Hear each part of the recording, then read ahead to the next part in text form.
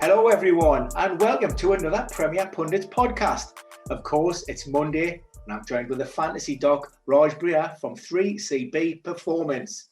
How are you, Raj? Did you have yourself a good weekend? I did. I tried my best. Arsenal won yesterday in the derby, so it's always a nice weekend. How about yourself? Not so bad. Newcastle, we scraped a point. We'll take that in the end. Probably, nobody deserved to win that game. It wasn't one for the purists, but a late equaliser with Jamal Lascelles ahead. So, we will take that. We need every single point that we can possibly get. And another big one against Brighton this weekend. But I mean, to your boys, great result, decent performance. Concerned when you see that Arsenal lineup without Aubameyang in Mikel Arteta's starting 11? I think my concern was that Lacazette is such a different player up front than Aubameyang. Aubameyang likes to run off the shoulders. Lacazette likes to drop a little deeper. So that was always a concern. But I mean, once the game got going and I saw Doherty versus Tierney and ESR, Emil Smith Rowe, I felt pretty good. I mean, they attacked him all game, and Mourinho made no adjustments on that right side. Yeah, I mean, look, I didn't see all of the game, but the part I think I seen about half, and it looked as if Arsenal pretty much dominated that. From what I've seen, fully deserving of that victory. Lamela, he was a red card from lost his head. From that goal to that red card, it's Lamela. What can you do? Yeah, I mean, we may as well stay with the North London derby. Of course, We're coming up to game week 29, the blank game week 29. So we've got a very limited slate this weekend. So premium assets are at a premium. And of course, some of those teams that are involved, players have picked up injuries, none more so than Heung-min Son. He was forced off around about the 20-minute mark, looked to have a problem with his left hamstring. Now, of course, Jose Mourinho was fairly tight-lipped and coy after the game with regards to the severity of the injury. But looking ahead to next weekend's fixture against West Ham, I mean, is Heung-min Son a player that you would maybe expect to recover in time for that game for Tottenham? I'd be quite surprised just because the fact of how he injured it. He was on that dead sprint diagonal run, so high-pace injury. And just his reaction, he immediately right away knew it and he sat down. I think he knew he injured it pretty well. And then considering there is the break coming up, I don't know if they risk him for that game, considering the propensity of re-injury rates for hamstrings as well. Yeah, I mean, what we do know about Heung-min Son, a couple of things. One, he is a very robust player. He can tolerate the demands of a high number of games, high intensity, and he doesn't pick up a lot of problems. Earlier in the season, he did have a hamstring issue and he's forced off at half-time. And again, Jose Mourinho came out and he said, look, it doesn't look good, blah, blah, blah. Never, in fact, ruled Heung-min Son out of the following fixture, but as history will tell us, he subsequently returned and he played within that sort of 7-day period. But that was maybe more of that was a decision that was taken at half time. There were no obvious issues. There was no limp there. He certainly didn't sit to the turf. And so is that maybe to you, is that maybe more indicative of maybe, the player himself knew that it was a little bit more serious and potentially could be out for a bit of a lengthier period?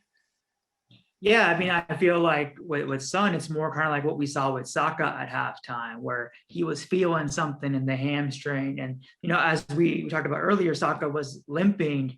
And so that, to me, that's still less of an overt injury than someone like Son, who is on dead sprint and pulls up, which tells me that it's likely, it's an indicator of higher severity compared to a player who may have just kind of felt something or has some cumulative fatigue, especially in Saka's place, playing heavy minutes as a youngster who's not maybe fully developed physically yet. So. Mm-hmm. Oh, I'm glad you touched upon the Saka. So, in your opinion, would you think Mikel Arteta will be looking towards Saka again, in another London derby next weekend? Or do you think, the smart decision might be just to hold that player back with this international break in mind and then focus on game week 30 when those Premier League fixtures resume?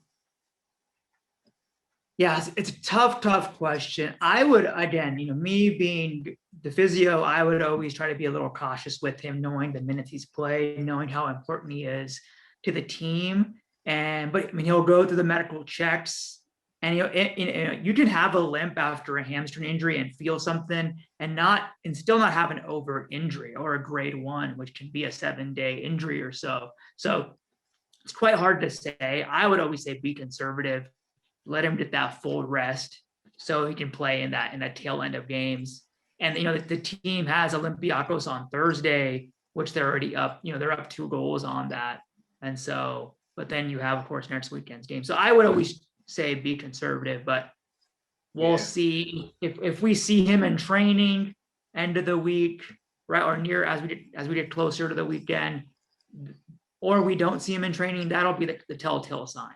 Yeah. And I mean, given, Saka's had such a great season, he's played himself into that Arsenal, starting 11, become, a high status player. And, I think Mikel Arteta as well, when you look at the likes of maybe Pepe, who's picked up a little bit of decent form in recent games, even Willian, you could Aubameyang to throw back in there, Lacazette. If he's on time. Who knows? I mean, well, it's not as if his car isn't fast enough to get him to the ground, or his watch isn't expensive enough to sell a time. I mean, come on, what's possibly excuses? But another guy as well, and I'm presuming we're going to discuss him, and it's the same as Saka. But obviously, from a personal perspective, is Dan Burn. Obviously, the Mighty Mags were facing Brighton this weekend. It is a real sort of 6-pointer. We're getting hauled in there by Fulham. For Brighton and Graham Potter, Dan Burn is becoming, quite a vital cog in that back line with Solly Marsh. Obviously, he's out for the season, so he's filled in that left-hand side role. He can play left of a 3, or he's going on on left back. And he came off at half time. Again, that was suggested that was maybe just a bit of discomfort, a bit of a muscular complaint. But would the fact that Burn is maybe slightly older and he's not maybe as explosive and attacking maybe as somebody like Saka, does that give him maybe more of a chance of being involved, would you say? Yeah, I would say absolutely that. And based on, like you said, it's pretty much a 6-point match. So, they might, that risk reward might tilt more towards reward with him, considering all those factors. And I haven't seen anything on him overtly about whether, he had a limp or not. I haven't seen any more information on that. But if I had to rate anyone who's going to play, it would be him out of those 3. Yeah. Well, we'll keep our fingers crossed that he doesn't play, purely from a Newcastle perspective. And finally, again, I'm going all out Newcastle here. Fulham and Leeds United play on Friday evening, and at the spearhead of that Leeds United attack, and he has been there more or less all season. He's the main man, and we've seen him limp off on Saturday against Chelsea. Is Patrick Bamford. Now, it wasn't clear cut, but it looked as if there was a coming together with Antonio Rudiger. Impact injury on the thigh. Again, very little coming out from Marcelo Bielsa post-match. I haven't spoke to the medical team or the doctor, so I can't give you anything.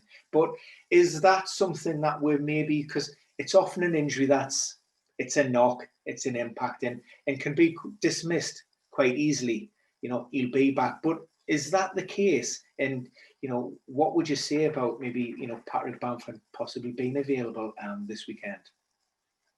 Yeah, I mean, typically in these cases, I mean, it's a very painful injury to take. It really depends on also the location of the injury right now. If it's smack dab in the middle of that quad, it might impact his quad function, which increases quadriceps pain. And so this is really going to be one where they're going to monitor him and see how it evolves.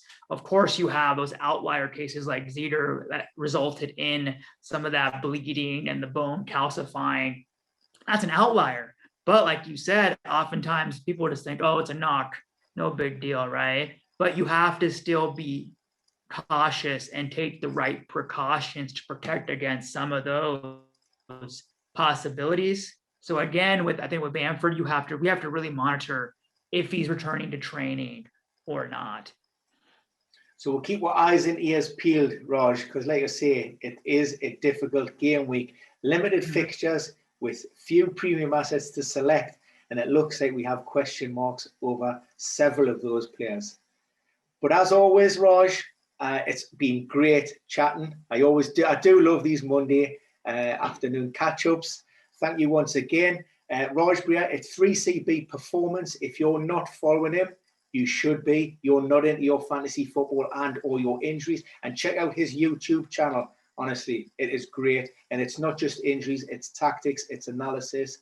And it's not just football or soccer. There's a little bit of basketball and bits and pieces sprinkled in there as well. So you've got a bit for everyone, Raj. But until next time, my friend, thanks once again, Raj. Appreciate it.